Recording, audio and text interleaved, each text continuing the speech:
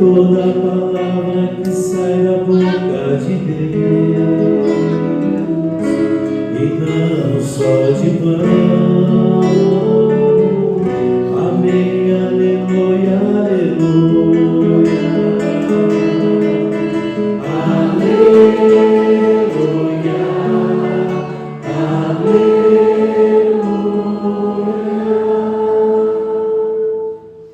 O Senhor esteja convosco.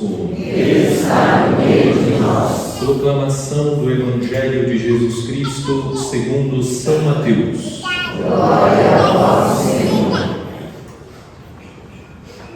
Naquele tempo, quando soube da morte de João Batista, Jesus partiu e foi de barco para um lugar deserto que afastava. Mas quando as multidões souberam disso, saíram das cidades e o seguiram a pé. Ao sair do barco, Jesus viu uma grande multidão. Encheu-se de compaixão por eles e curou os que estavam doentes. Ao entardecer, os discípulos aproximaram-se de Jesus e disseram: Este lugar é deserto e a hora já está adiantada. Despede as multidões para que possam ir aos povoados comprar comida. Jesus, porém, lhes disse: Eles não precisam ir embora. Dai-lhes vós mesmos de comer. Os discípulos responderam: Só temos aqui 5 pães e 2 peixes. Jesus disse: Trazei-os aqui. Jesus mandou que as multidões se sentassem na grama. Então pegou os 5 pães e os 2 peixes, ergueu os olhos para o céu e pronunciou a bênção. Em seguida, partiu os pães e os deu aos discípulos. Os discípulos os distribuíram às multidões. Todos comeram e ficaram satisfeitos, e dos pedaços que sobraram, recolheram ainda 12 cestos cheios. E os que haviam comido eram mais ou menos 5.000 homens, sem contar mulheres e crianças. Palavra da salvação. Glória a vós, Senhor.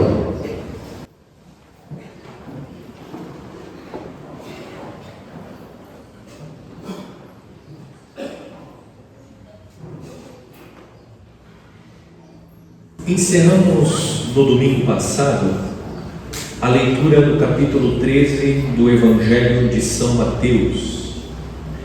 Este é o Evangelho que nos acompanha durante o ciclo litúrgico do ano A. E encontramos nesse capítulo 7 parábolas sobre o reino dos céus. Nós encerramos a leitura ouvindo as 3 últimas parábolas. A parábola do tesouro escondido no campo, a parábola do comprador que procura pérolas preciosas e a parábola da rede lançada ao mar. A primeira parábola indicou que para entrar no reino dos céus é necessário praticar a justiça.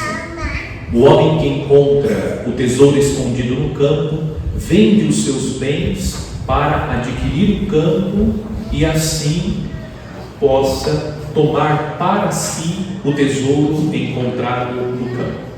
Trata-se da prática da justiça. Se nós não praticamos a justiça, não entraremos no reino dos céus. A segunda parábola ensinou que o reino de Deus deve estar acima dos bens deste mundo. Nós precisamos dos bens deste mundo, mas devemos utilizá-los para alcançar os bens que não passam, Os bens eternos estão acima dos bens temporais. Aquele que não coloca acima dos bens temporais os bens eternos não entra no reino dos céus. E por fim, a parábola da rede lançada ao mar retrata o juízo final. Todos vamos passar pelo tribunal de Cristo. E a parábola ensina que o justo juiz irá separar os justos dos maus. Concluída a leitura do capítulo 13, hoje ouvimos a leitura do capítulo 14 do Evangelho de São Mateus. Os primeiros versículos deste capítulo narram o martírio de João Batista. E na sequência encontramos os versículos lidos nesta liturgia, que apresentam a multiplicação dos pães e dos peixes. Em primeiro lugar, gostaria de indicar o substrato do texto do Evangelho. Quais são os textos ou os fatos do Antigo Testamento que estão presentes nas entrelinhas do Evangelho que narra a multiplicação dos pães? Nós encontramos no texto um fato do Antigo Testamento. O primeiro fato. O texto vai indicando que Jesus está, e nós ouvimos isso dos discípulos, num lugar deserto. O deserto nos remete ao período que o povo de Israel caminhou no deserto rumo à terra prometida. Enquanto o povo permaneceu no deserto, Deus enviava o alimento necessário à subsistência do povo.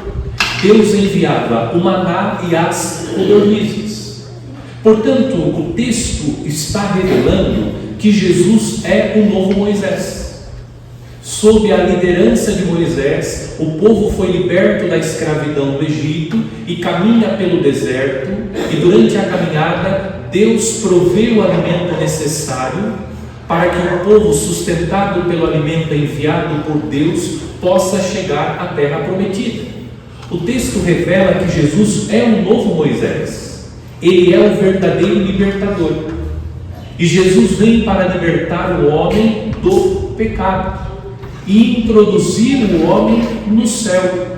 As portas do paraíso, que fora fechada pelo pecado de Adão, é aberta pela entrega do novo Adão, Jesus Cristo, que nos justifica pelo seu sangue derramado na cruz. Jesus é apresentado como o novo Moisés, e ao mesmo tempo a multiplicação dos pães é um verdadeiro milagre que revela a natureza divina de Cristo. É o próprio Deus, como fez no Antigo Testamento, provendo o alimento necessário para que o povo que está com ele no deserto seja alimentado. E alimentado esse povo possa reconhecer que Jesus é o verdadeiro libertador, que veio para libertar o homem do pecado. Segundo fato, outro texto que está no substrato do texto do Evangelho. No segundo livro dos Reis, encontramos o profeta Eliseu multiplicando os pães. Mas há uma diferença na multiplicação dos pães que Eliseu fez da multiplicação dos pães que Jesus realizou. Segundo o texto do livro dos Reis, Eliseu recebeu em suas mãos 20 pães para saciar a fome de 100 pessoas. Jesus recebe em suas mãos 5 pães para saciar a fome, conforme diz o evangelista, eram mais ou menos 5.000 homens, sem contar mulheres e crianças. O que o texto está revelando? Que Jesus é o profeta. Jesus não é um profeta entre os profetas. Jesus é o profeta, o maior de todos os profetas. Ele está realizando algo extraordinário. Portanto, o texto do Evangelho está revelando que Deus, o mesmo Deus que veio em auxílio do seu povo que caminhava pelo deserto, também vem em auxílio do povo que está no deserto E Jesus, movido pela compaixão, alimenta esse povo. O texto está revelando a compaixão de Deus. Deus se compadece dos homens enviando profetas. A missão do profeta está ligada à palavra. O profeta é aquele que anuncia e denuncia através da palavra, da pregação. O último dos profetas do Antigo Testamento, João Batista, ele pregava no deserto. É Deus alimentando o povo através da palavra. E é Deus alimentando o povo através do pão. No entanto, o texto não se resume a essas duas referências. Nós também já encontramos no texto uma alusão à instituição da Eucaristia. Jesus vai indicando o que ele vai realizar no capítulo 26 do Evangelho de São Mateus. Eu quero chamar a atenção para os detalhes do Evangelho. Nós encontramos duas referências ao Antigo Testamento, mas Jesus já vai indicando a instituição da Eucaristia. O texto começa dizendo a indicação, a instituição da Eucaristia. Versículo 15: ao entardecer. Está no capítulo 26, quando Jesus institui a Eucaristia. Ao anoitecer, ao entardecer, Jesus se reúne para celebrar a última ceia com os seus discípulos, e na última ceia Jesus institui a Eucaristia. Vocês escutaram o Evangelho e observaram que o contexto da multiplicação, ou melhor, Jesus se utiliza do rito eucarístico para multiplicar os pães. O texto foi citando aquilo que exatamente o Padre faz na liturgia eucarística, que é prolongando no mundo o gesto de Cristo. O texto vai dizendo que Jesus, ele recebeu em suas mãos os pães e os peixes, ergueu os olhos para o céu. Na hora da consagração, o Padre olha para o céu, como Jesus. Depois o texto diz: e pronunciou a bênção. O texto segue: em seguida partiu os pães e os deu aos discípulos. Os discípulos os distribuíram às multidões. Nós encontramos o rito da liturgia eucarística. Portanto, Jesus está indicando a instituição da Eucaristia. Desse modo, nós compreendemos à luz do Evangelho que a compaixão de Deus, ela se prolonga pela história de maneira especialíssima através da celebração da Santa Missa. Porque Jesus é o profeta e ele continua comunicando a palavra de Deus. Ele é o próprio Deus. Ele é o Verbo divino que se fez carne. E nós recebemos a palavra de Deus na liturgia da palavra. E nós também participamos do milagre da multiplicação dos pães cada vez que nós alimentamos a nossa vida com o pão eucarístico, com a Santa Eucaristia. O ato compassivo de Deus, a compaixão de Deus, ela continua sendo manifestada cada vez que nós celebramos a missa. Nós somos alcançados pela compaixão de Deus. Nós estamos no deserto. O deserto simboliza a vida. Nós estamos caminhando rumo à pátria definitiva. Estamos caminhando para Canaã. Estamos caminhando para o paraíso. Enquanto caminhamos, precisamos ser alimentados. E Deus nos alimenta sobremodo cada vez que nós celebramos a Santa Missa, que é a atualização do sacrifício redentor de nosso Senhor. E Jesus, como verdadeiro profeta, nos alimenta com a palavra e com a Eucaristia, multiplicando os pães. O texto diz que os discípulos recolheram das sobras 12 cestos cheios. 12 é um número simbólico que lembra a totalidade.